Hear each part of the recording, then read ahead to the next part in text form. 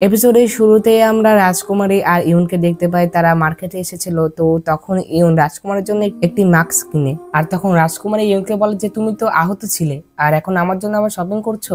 আর তখন ইউন বলে যে আমার ভিড় অনেক পছন্দ। আর তখন রাজকুমারী বলে যে তুমি ড্রাগন কিং এর সাথে ফাইট করার পর কোথায় গিয়েছিলে। আর তখন ইউন বলে যে আমি ড্রাগন কিং এর সাথে ফাইট করার পরে আমার পেন্টিং কে গিয়ে নিজেকে হিল করছিলাম। তখন ইউন বলে যে তোমার কি আমার জন্য চিন্তা হচ্ছিল। তখন রাজকুমারী বলে যে আমি তোমার জন্য কেন চিন্তা করব।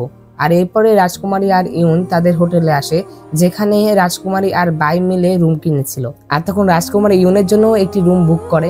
তখন ইউন হোটেলের অনারকে অনেকগুলো টাকা দিয়ে পুরো হোটেলই বুক করে নেয়। তখন রাজকুমারী বলে যে সবাই কি তোমার মতনই ইমমর্টাল হয় নাকি। আর তখন ইউন রাজকুমারীর হাত অনেক আদর করে ধরে আর তাকে বলে যে আমার প্রিয় ওয়াইফ, আমি এখানে কোনো নয়েজ চাই না। আর এতে রাজকুমারী অনেক রেগে সেখান থেকে চলে যায়। অন্যদিকে আমরা ইরমান আর ক্রাউন প্রিন্সকে দেখতে পাই, যারা কিনা চেস খেলছিল। আর তখন ইরমান হারতে লাগে। আর তখন ইরমান বলে যে তুমি আমাকে আবারও হারাতেই যাচ্ছ।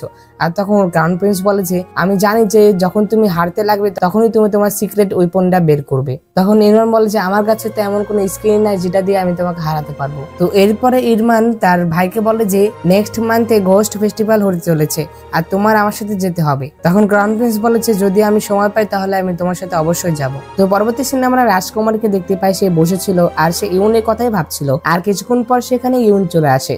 আর তখন ইউন রাজকুমারীকে তার সাথে ড্রিঙ্কস করতে বলে, কিন্তু রাজকুমারী গেট বন্ধ করে দেয়। আর যখন সে গেট বন্ধ করে পিছনে তাকায় তখন সে দেখে যে ইউন ঘরের ভিতরে চলে এসেছে, আর যেটা থেকে সে অনেক ভয় পেয়ে যায়। আর তখন ইউন রাজকুমারীকে আবারও তার সাথে ড্রিঙ্কস করতে বলে, কিন্তু রাজকুমারী রেগে গিয়ে তার উপরে অ্যাটাক করে দেয়। কিন্তু তখন ইউন সেখান থেকে সরে যায়। আসলে রাজকুমারী চেক করছিল যে ইউন কি সত্যি আহত নাকি, কিন্তু ইউনের এত তাড়াতাড়ি সরে যাওয়া দেখে তখন রাজকুমারী বুঝতে পারে যে ইউন শুধুমাত্র আহত হওয়ার অ্যাক্টিং করছে। তো এরপর আমরা দেখতে পাই রাজকুমারী সেখান থেকে চলে যাচ্ছিল। তখন ইউন তাকে জিজ্ঞাসা করে যে কোথায় যাচ্ছ।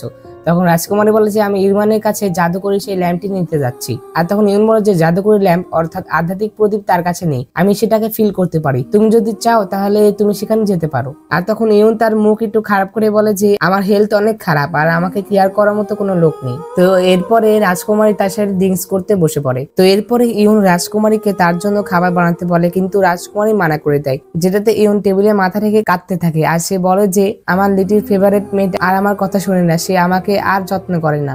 আর ইউনকে এভাবে কাঁদতে দেখে রাজকুমারী একটু হাসতে থাকে। অন্যদিকে আমরা জিচাং আর সোয়ানকে দেখতে পাই, সেখানে জিচাং এর বাবা আর সোয়ানের মাও ছিল। আর তখন সোয়ানের মা সোয়ানকে বলে যে তোমার হাত তো সফট না, আর একজন প্রিন্সেসের হাত তো সফট হওয়া উচিত। আর তখন সোয়ান বলে যে আমি কোনো প্রিন্স হতে চাই না, আমি শুধুমাত্র জিচাংকে ভালোবাসি।